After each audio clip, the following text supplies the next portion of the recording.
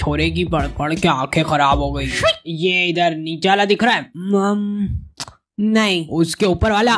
थोड़ा। नहीं नहीं नहीं। ये दिख रहा है? नहीं। अंधा हो गया भैया आपका छोरा? क्या? फिर वो आदमी ऐसे चश्मे दिखा रहा है ना। देखो भैया, आपका मुंह थोड़ा सा चपटा है, तो आपके ऊपर ऐसा गांधी चश्मा ज्यादा अच्छा जमेगा। लगा। मैं 2 मिनट के लिए सेल्फ डाउट में चला गया यार कि मेरा मुंह चपटा है क्या। फिर फाइनली मैं बन गया कूल एस्थेटिक।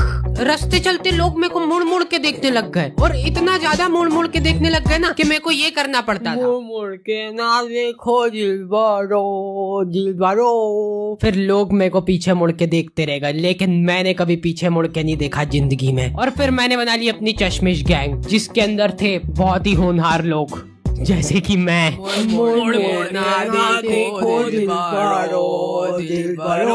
मेरी कमर बाइट आ गया शायद।